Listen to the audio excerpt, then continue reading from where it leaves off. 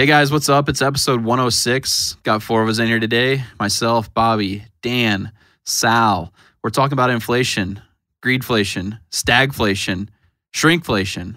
All the flations we're going to talk about today. Before we get into it, though, make sure you guys smash that subscribe button, share it with your best friend, share it with the guy you hate the most, and make sure to tune in. See ya.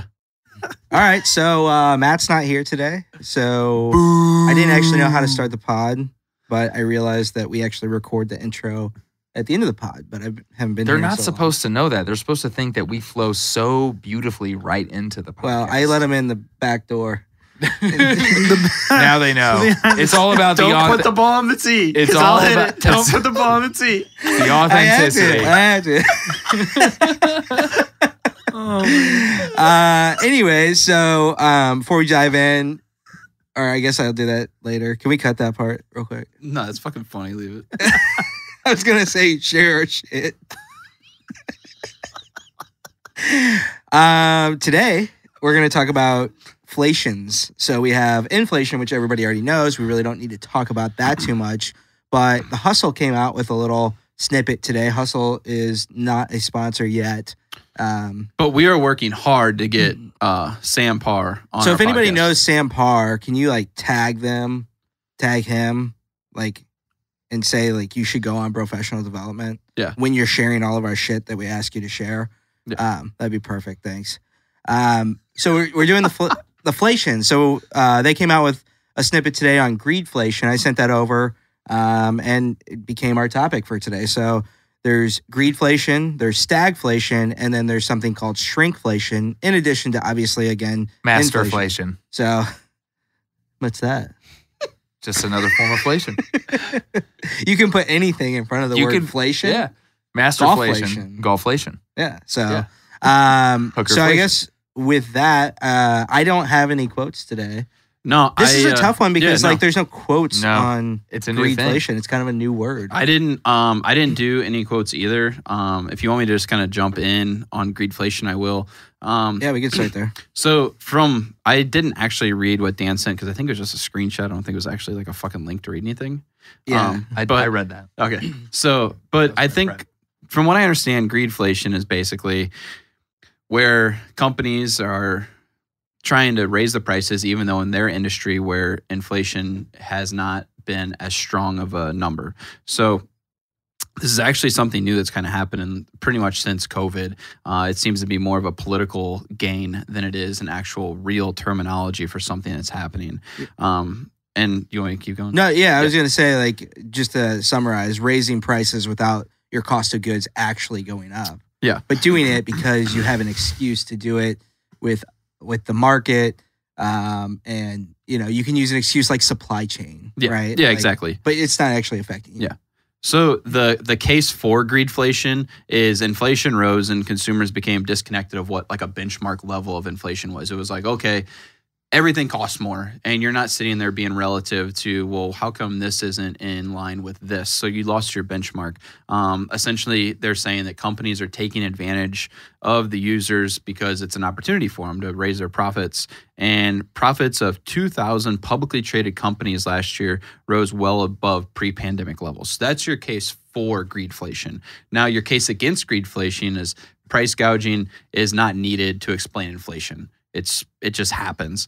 COVID disrupted supply chains, like Dan said. Russia invading Ukraine affected food and energy, and stimulus bills left Americans with more money and less products. So there was more people out there trying to buy less product. Essentially, supply versus demand. So those are your cases for it.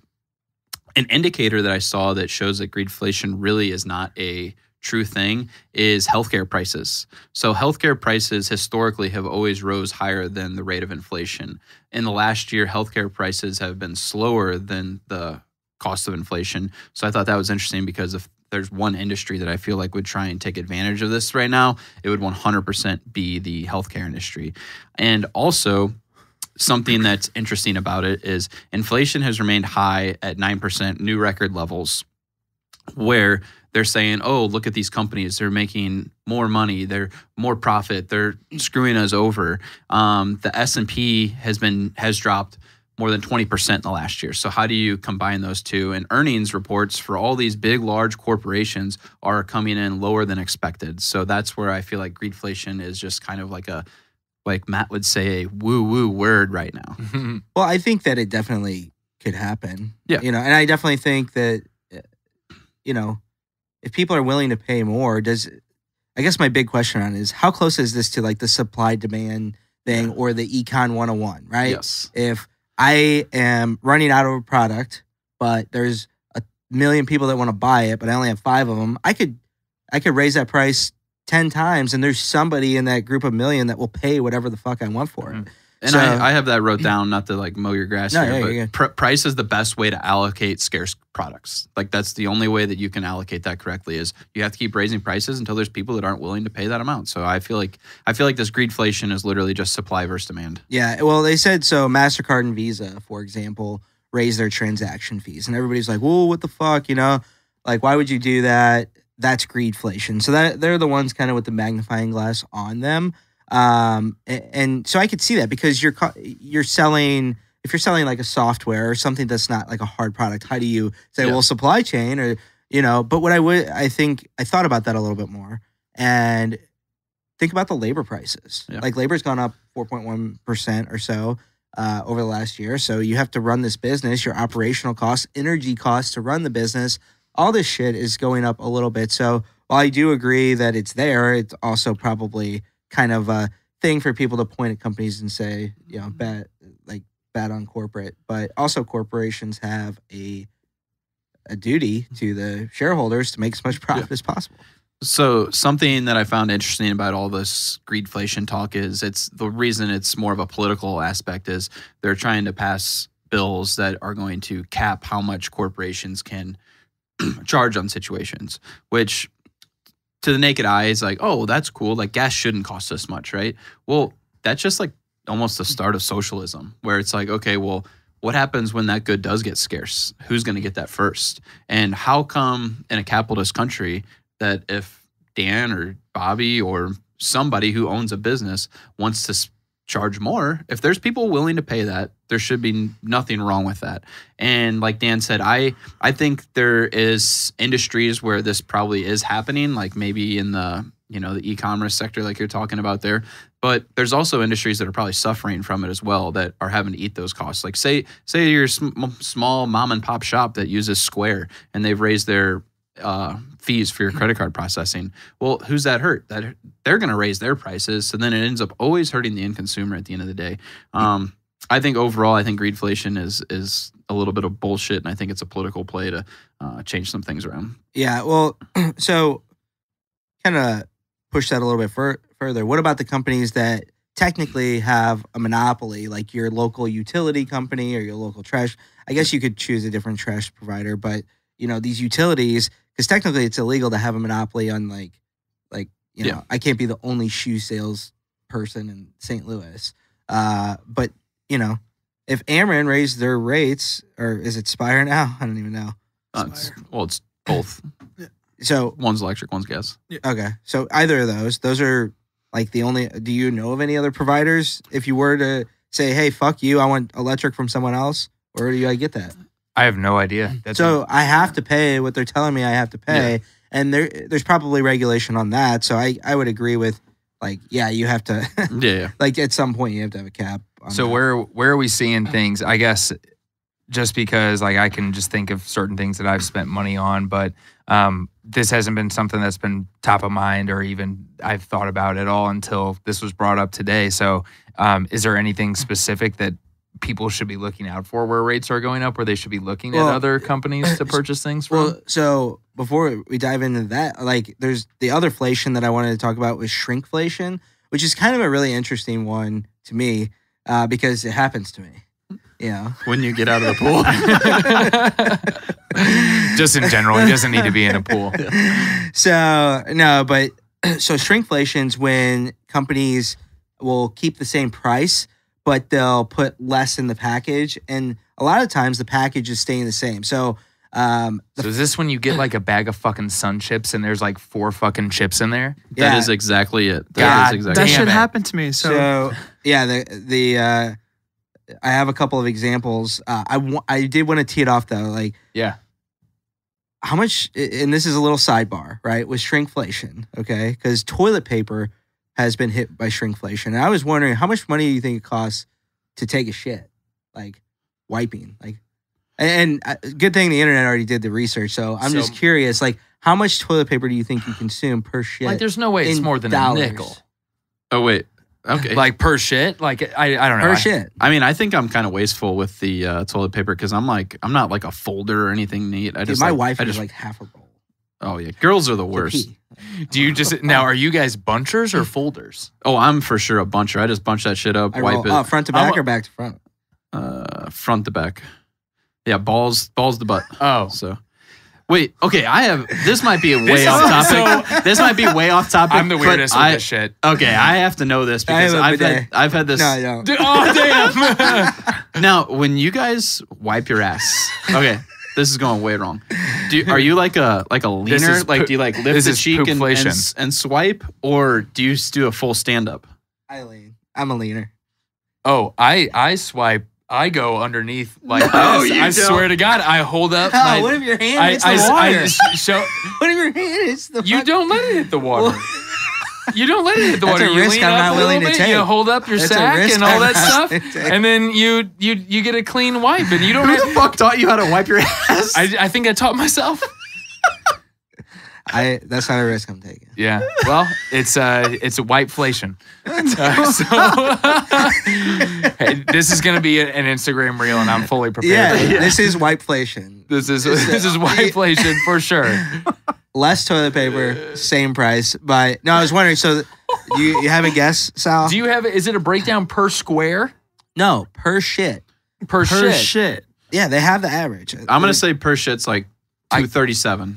That $2.37. I was gonna say. Are we talking about like our time? Or are we talking about just the product? No, we're No. talking about just the price of how much How toilet much toilet paper you're do you use using. in dollars? Oh, per shit? Like, okay. it's I'm gotta gonna be say between 5 and 15 cents. okay. If That's it's my REITs, what'd you say? I said, but it's got to be between 5 and 15 cents. Okay, I'm gonna go lower. I'm gonna go like 3 cents.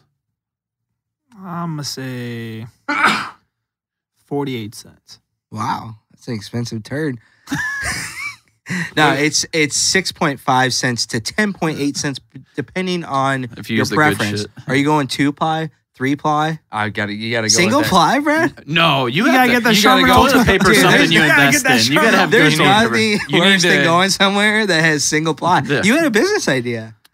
I did. I don't know. Yeah, the poop. Oh yeah, The- that's a great business idea. The bathroom But we locator. but now I want to add to it. I want to put the quality of the toilet paper, not just the Oh, yeah. cleanliness Yes, yeah. A lot of factors go into a good bathroom. Yes. I told the guys at work about that idea and they loved it. I think we need to reach out to Dude Wipes. You could sponsor us too. Great idea Yeah. we have.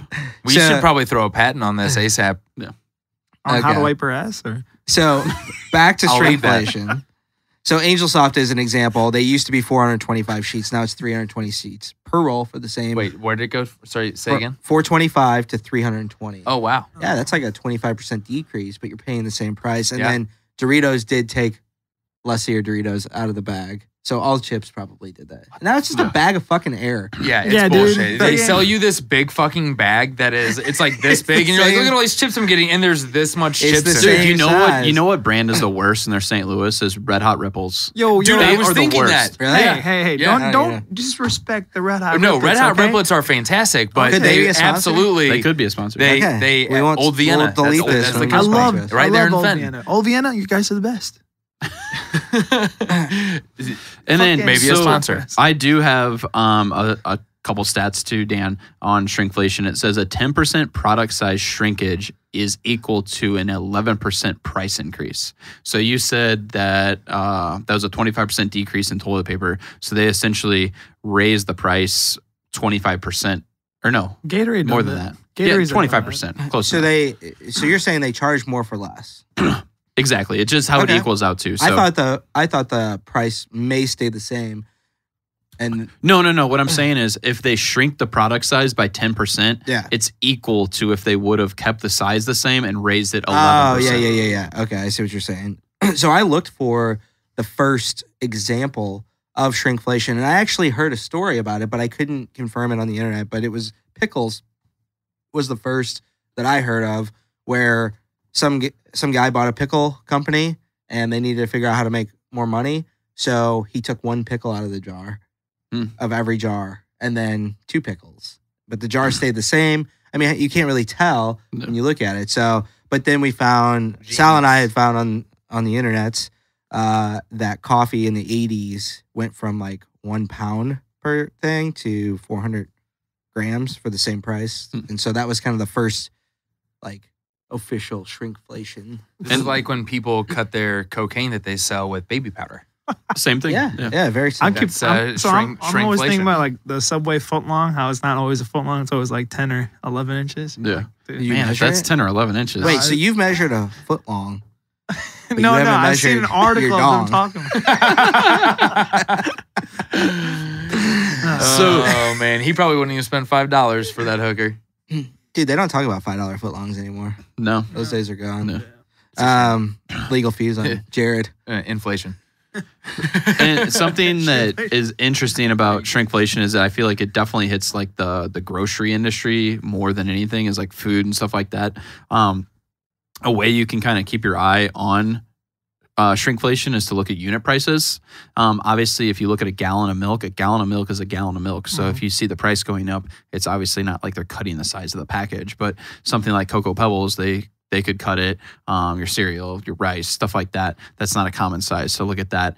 And half of all grocery purchases are unplanned. So there's a lot of wasteful money that's going into grocery purchases as well. That's Well, interesting. Is that one of, so were you just talking about like if you look at the unit price, like, or have you seen that before at the grocery store? It says like per fluid ounce. Yeah, that's exactly what what you're I'm talking referring to. about. Okay. I have looked at that before where it's like, all right, you can get this smaller size, or if you get this bigger size, it's actually going to save you like 3 cents per fluid ounce or whatever it is. I mean, people do that with like Starbucks or like any fast food restaurants. Like, oh, do I get a small or a medium or a large size drink? Small and medium is always the same volume of water. Well, there was a guy The that same volume. of like drink. said, you know, if you buy a small, I forget who it was. It was like a famous guy too. But basically, all Starbucks drinks are kind of the same. They just put more ice Yeah. Yeah. I in think I've each seen one, and they like went after him, and he had to quit saying it. But yeah, so with shrinkflation, to that point, Bobby, I did like, how do we fight it? So they say if you buy store brand versus name brand, they're typically the last brands to reduce the size. content of the package, and then compare price per ounce versus just grabbing something off the shelf. So, Yeah. But at those are that two point, tips. then would you consider quality over quantity then?